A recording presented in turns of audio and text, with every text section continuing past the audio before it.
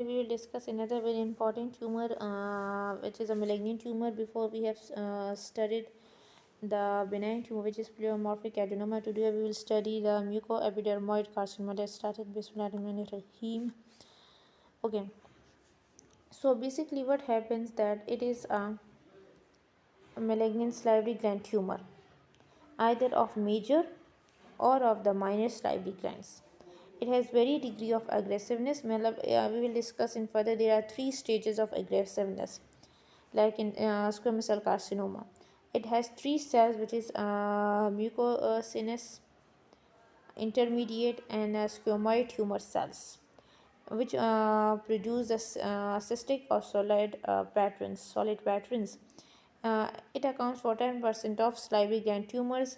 It is either radiation or chemotherapy after a latency period of 8 years. It occurs after 8 years if the patient has chemotherapy in the age of the 12 years, so it can occur at the age of 20 years.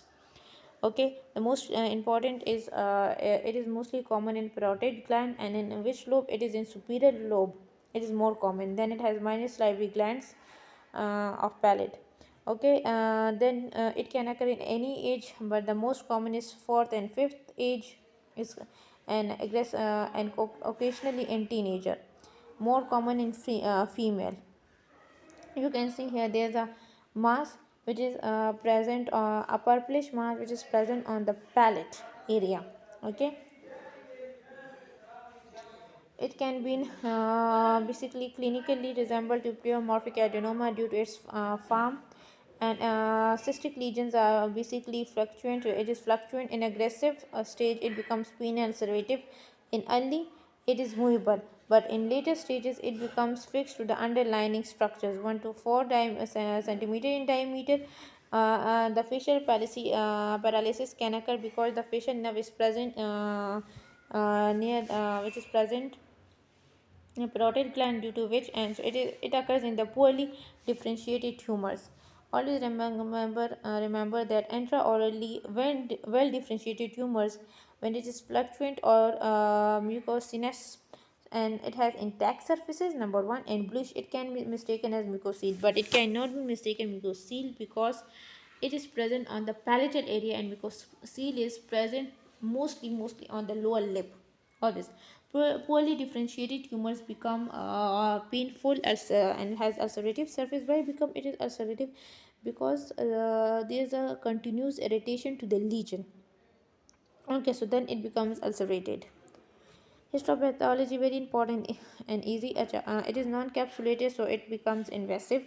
It has three cells which we have discussed. It has squamous cells, mucosecreting cells, and intermediate cells. The intermediate cells are basically oval and polygonal.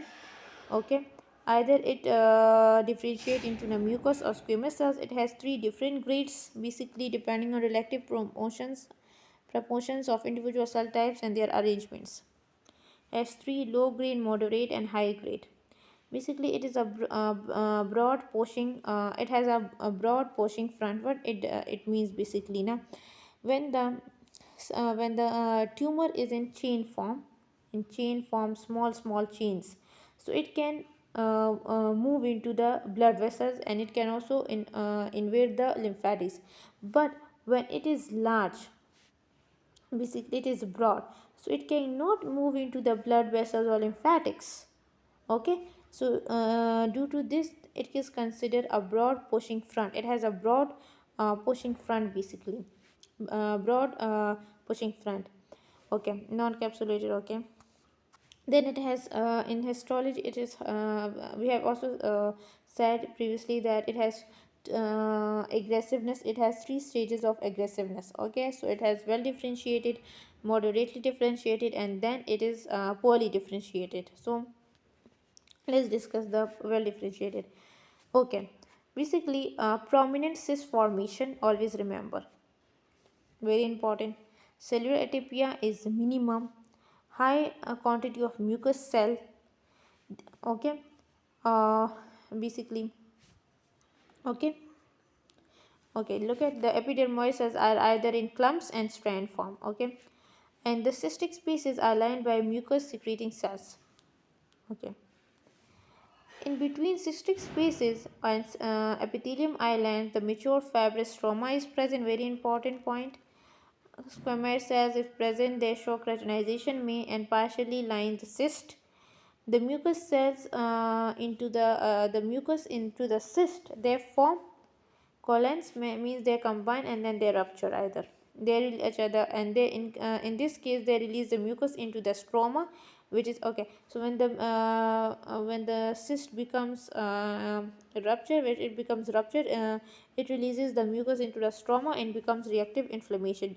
Okay, you can see here, 1 minute. This is the cystic spaces. Number 1 point, these are the mucus secreting cells. So what happened then? These mucus secreting cells have underlying the surround the cystic spaces, and these dark stain cells are either intermediate, might be, or basal cells, squamous cells. Okay, there is basically a mature fibrous stroma, which is very important. Again, you can see here, this is the mucus cells, but they have not secreted, so there is no, you can see the cystic spaces, but these are mucus cells surrounded by the dark staining cells, and they have um, mature stroma. Okay, more commonly. Okay, so 1 point, there is you can see here, this is cystic space surround, and it has dark staining cells. Then you can see there's a fibrous stroma, mature fibrous stroma. So you can see here red color. So you can, this is not because it is RBC. When the cyst is removed, so might there is a splanage of blood, maybe, so then it is spread like this, you can see here. Okay, in moderately differentiated, what happens, or intermediate, number 1, it is between the low grade and high grade neoplasm. Number 1, okay, cyst formation is less prominent. In that, the cyst formation was prominent. Number 1, all the three cells are present. In that also, all three cells were present. Intermediate is predominant. In that, there was mucus cell. So number 1, the cyst formation. Number 2, which cell is dominant in which stage, and cellular tibia may or may not be present. In that, there was a minimum cellular tibia. This is also a picture of intermediate grade. Poorly differentiated or highly grade, what happens now here? They are the solid islands of squamous or intermediate cells. Okay, okay. There is a new point, you will here see pleomorphism either on nuclear cellular level and nuclear hypochromatism, means there will be different shapes of the cells and nuclei. Pleomorphism. In nuclear hyperchromatism, what happens? There will be dark stained nuclei. The cystic space again is not prominent.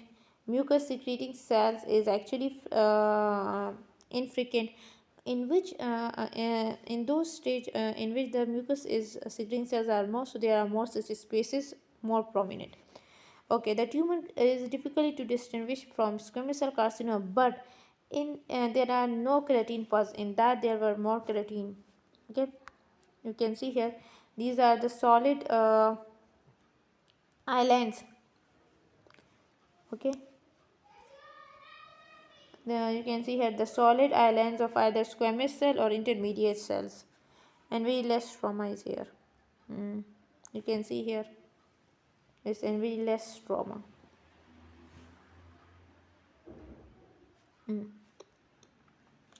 Treatment depends on the histological grade, basically. Early stage, if it was, so either you remove a lobe or to preserve the facial nerve. In advanced stages, you have to sacrifice the facial nerve, and in some mandibular glands, you will remove the gland. In low grade, what happened with the modest margins of surrounding normal, you will also remove the infected part. In high grade, there is similar squamous cell carcinoma. You have to give a wider resection because due to involvement of bone and deep underlying structures. Radical neck dissection, which is a clinical evidence for metastasis. If the tumor has metastasized, so you have to remove all the lymph nodes of the neck. Post-operative radiotherapy may also be used. Okay, so we have discussed about the Mucoepidermoid Carcinoma clinical features, its causes, and also most important, its histopath. It has three levels of histopathology, or 3 degrees of histo. Number one, it was well differentiated, then it was moderate, and then it was poor. What we have studied, the main it was that in which stage which cell is more predominant. Number one. Number two, cellulotypia may or may not be present, in which stage we have to study that. The third was basically we have studied about the cystic spaces, in which state it is more prominent. We have studied also that thing basically. Then the new things were in the polydifferentiated, that there was pleomorphism, hypochromatism that was present actually. Okay. Yeah. Uh-huh.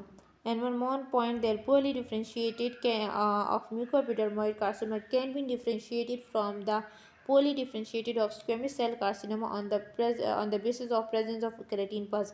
In poorly differentiated, there are keratin pus, there are more actually, but in here there is no keratin pus in mucoepidermoid carcinoma when it is poorly differentiated. Okay, thank you.